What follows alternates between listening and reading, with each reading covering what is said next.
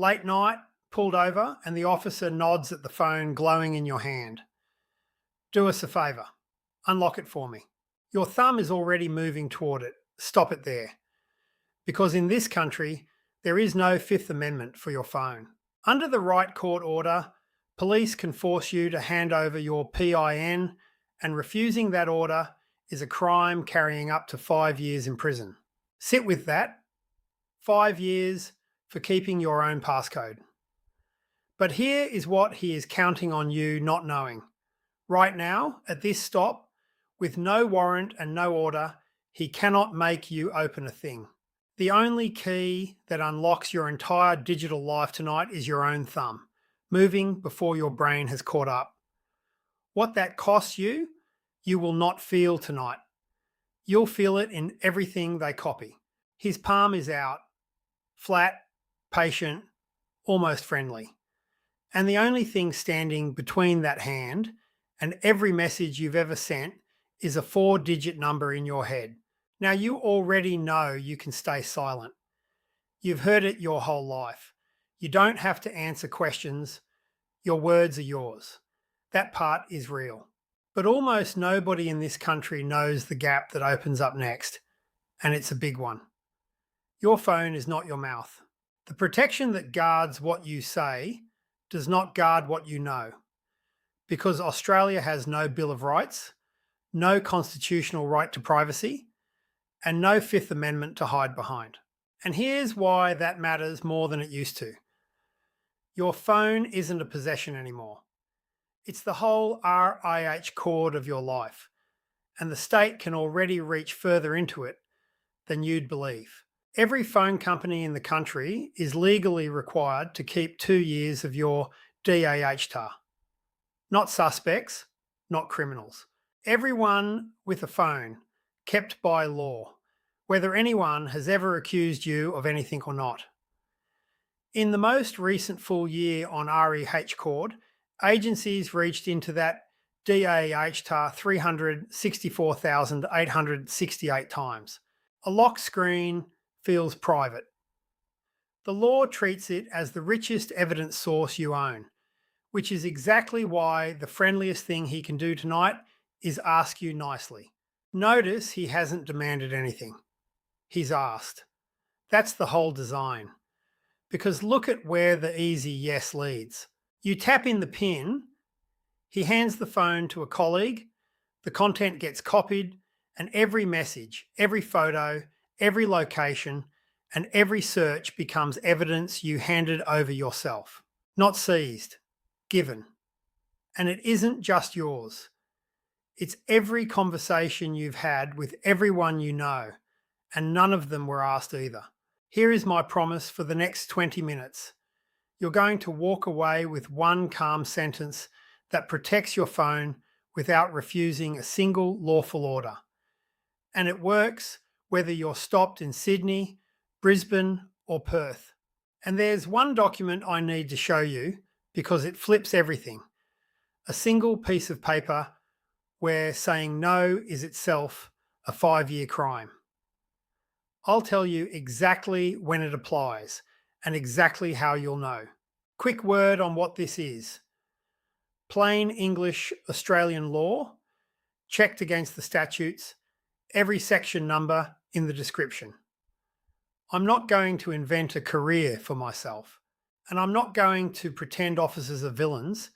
Most are professional and well trained, and that is exactly why you prepare for the ones having a bad night. But first, the line between what you must do and what he is simply hoping you'll do. Start with the musts, because they're real, and I'm not going to hide them from you. At a lawful stop, you must stop. If you're the driver, you must give your name and address and produce your license. That's not negotiable, and arguing, it just makes your night longer. But nothing at a bare roadside stop compels your passcode. Nothing. Every power in this country that can force a phone open has a warrant or a court order standing behind it. In New South Wales, that's a digital evidence access order under Section 76 AO of LEPRA, and it can only ride along with a search warrant or crime scene warrant. Federally, it's an order under Section 3 LA of the Crimes Act, attached to a Commonwealth search warrant. Under one of those, you comply. Fully, immediately. Refusing is the crime. And now the distinction that protects you, because it's the one people miss. Seizing your phone is not the same as being able to open it. He can take the device. Forcing the key out of your head needs the paper. One more thing, and I want to be blunt. There are no magic words. Nobody is not consenting to being governed. Nobody is a traveller on the land. That isn't law. That's an extra charge. So if a bare stop can't force it, the entire game becomes getting you to open it willingly. Just pop your pin in for me, mate. Won't take a sec. Listen to how small that is. No paperwork, no threat, no raised voice, because he doesn't need any of it if you say yes. Your consent is its own legal key. The moment you unlock that phone voluntarily, every protection a warrant would have forced them to earn simply evaporates. There is no magistrate to convince, no grounds to establish, no order to apply for. You've done all of it for him in under 2 seconds. This is the same doctrine that makes a consented search lawful when police had no grounds to search at all.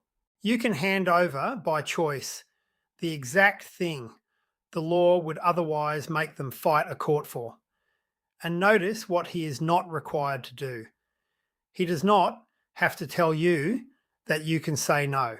He does not have to caution you before he asks. A polite question carries no warning label, which is precisely why it works better than a demand. And the wrong response is the most Australian sentence there is. Yeah, no worries. Thumb on the sensor, screen alive, and your entire life is open, lawfully, because you opened it.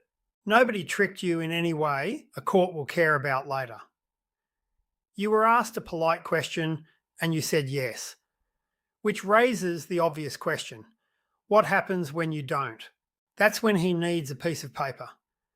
And I promised you it was a fearsome one. I've got an order here. Unlock it, or you're committing an offence. If he says that and he's holding the document, everything changes.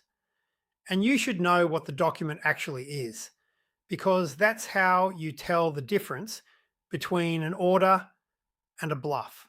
In New South Wales, it doesn't exist on its own. It has to accompany a search warrant or a crime scene warrant, and it has to be shown to you. Since the 1st of February 2023, a New South Wales digital evidence access order can compel your PIN, and refusing it carries $11,000 and up to 5 years in prison.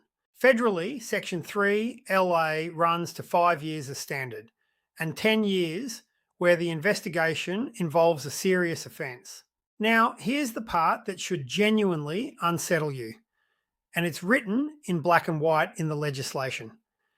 It is expressly not a reasonable excuse that complying would incriminate you. Read that again. The one argument that feels most obviously fair, that you shouldn't be forced to hand over evidence against yourself, has been legislated out of existence. In America, that fight is live and ongoing. Here, Parliament simply closed it. So the wrong response is the one that feels brave, arguing the order on the roadside, demanding he explain the section, deciding tonight in the dark with no lawyer that the paperwork looks dodgy. You don't fight a lawful order at the window. You comply and you fight it later, properly, with someone who knows how. But here is what he is country on you more. For most of what they want, they don't need your phone at all. Lower the phone for a second, because the real surveillance was never in your hand. Since 2015, every telco in Australia has been legally required to retain 2 years of your DAHTA. Who you called, when, how long, and which tower you were standing under when you did it. Not the words, the pattern. The map of everywhere you've been and everyone you've been near. And they reach it without a warrant. An authorised officer inside the agency signs their own authorisation. No judge, no magistrate, no hearing, and no notification to you. Not at the time, and in almost every case, not ever. In the 2024 to 25 reporting year, enforcement agencies made 364,868 authorisations for existing telecommunications DAHTI and another 49,482 to track DAHTI as it was being created live.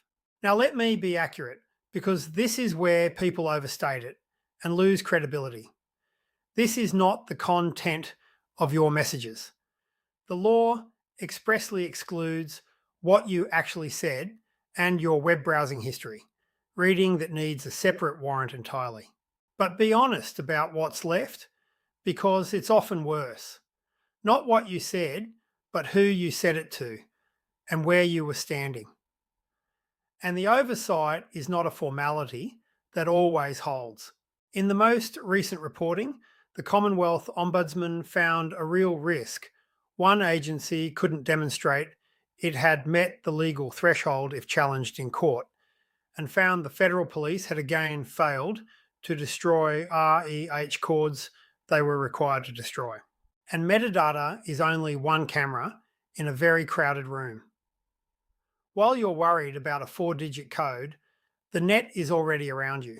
Number plate recognition has been fitted across the highway patrol fleet since 2009, scanning roughly 6 plates a second, checking each one against the databases before the officer has even looked up.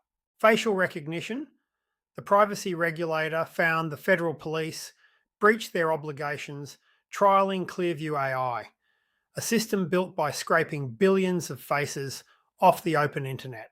Yours is plausibly in it, and nobody ever asked you. And that one matters because it shows the pattern. The technology arrived first, got used on Australians, and only afterwards did a regulator find it had broken the rules. The finding came years after the faces were already collected. Then there are IMSI catchers, devices that impersonate a phone tower to sweep up every handset nearby. Used in Australia, barely documented, and I'm not going to pretend I can tell you the scale, because nobody outside those agencies can. And since 2021, a set of warrants lets agencies disrupt your DAHTAR, monitor a network, and take over your online accounts. The assistance provisions now refer to account takeover warrants directly. Civil liberties groups warned at the time that the oversight was thin, so understand the shape of it. Your phone was never the only way in. It's just the one they'd rather you opened yourself, because it's cheap, it's fast, and it needs nothing but your thumb. And if your instinct right now is that you'll simply plead the fifth, that instinct is American, and it will fail you. Almost everything you believe about digital rights you absorb from American television. Over there, forcing a passcode out of someone is a live constitutional fight, argued in real courts, sometimes won. Here there is no Fifth Amendment to argue with.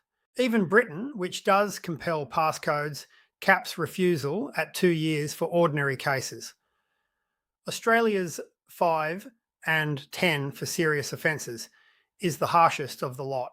So the American script isn't just useless here.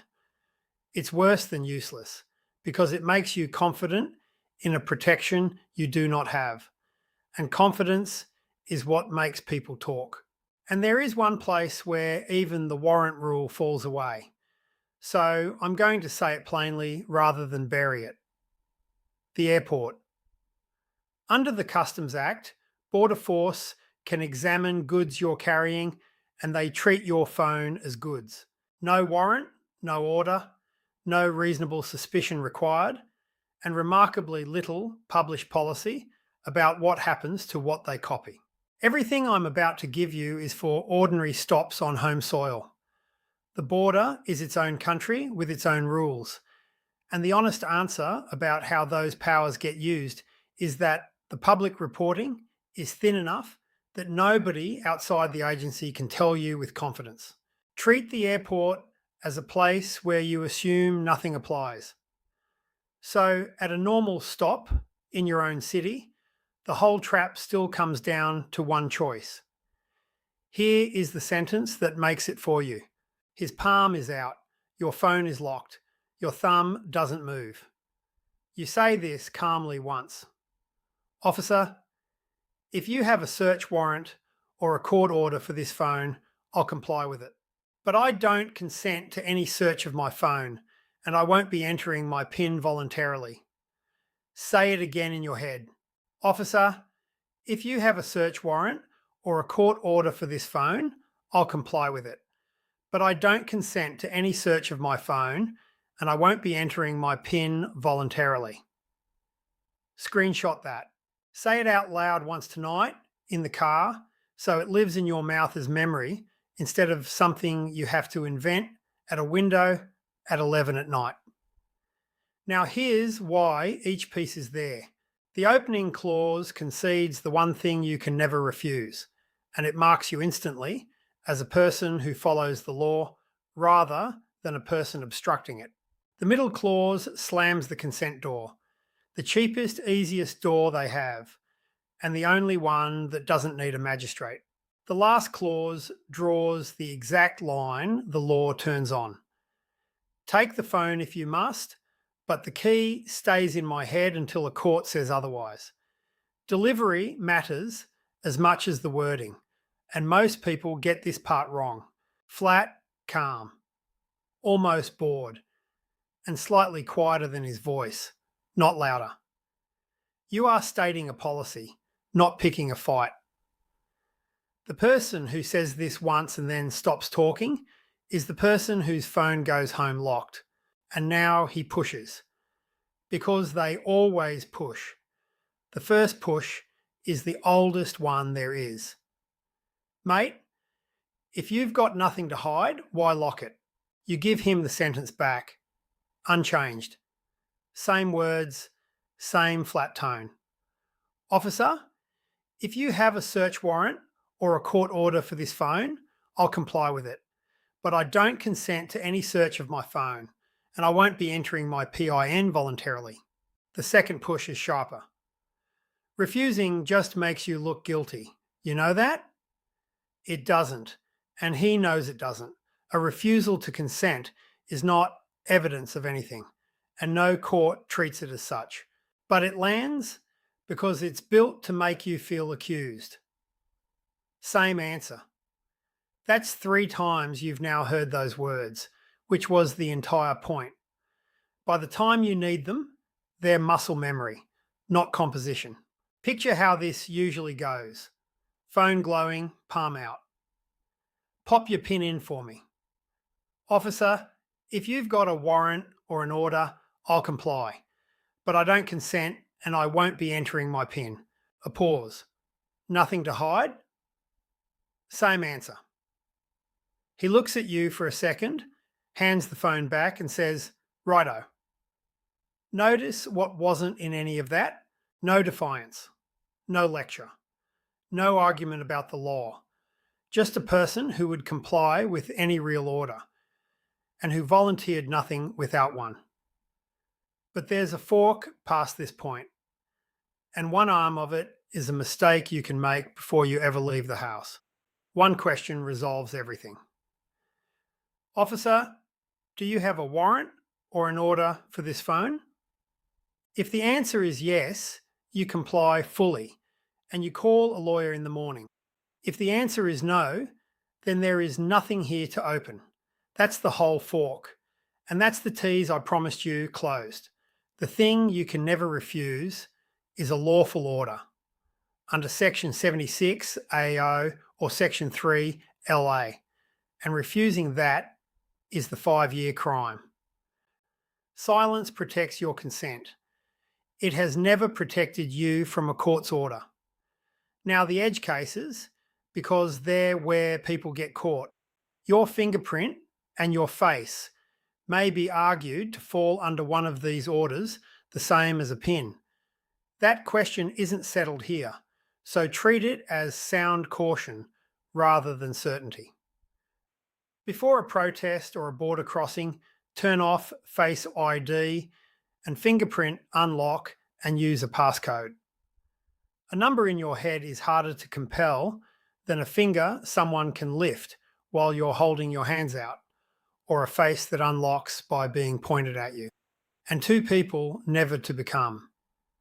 The over-explainer, who unlocks everything to prove he's clean and hands over 5 years of his life to demonstrate a point nobody asked him to prove. And the roadside lawyer, who argues Section 3 LA at a man already holding the paperwork.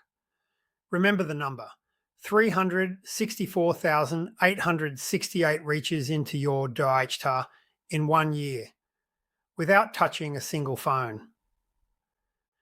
Put it all together and your phone goes home exactly the way it arrived. Dark. The unlock ask, the order, the metadata, the border. It's all in my book, Know Your Rights, linked below, for the day you weren't expecting. Let's put it all together. Officer, if you have a search warrant or a court order for this phone, I'll comply with it.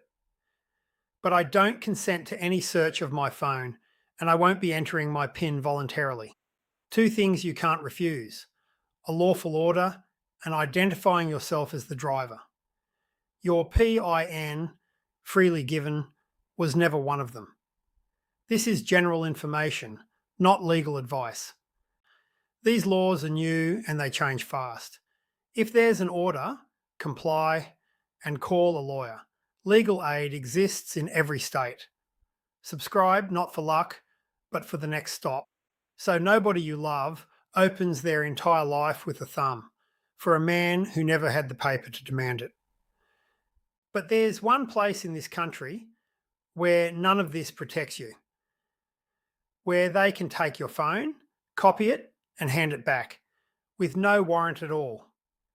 That's the airport, and that video is on your screen now. Back at the window, his palm lowers. The screen in your hand goes dark. The phone slides into your pocket, still locked. The paper he never had stays unwritten, and everything on it stays yours.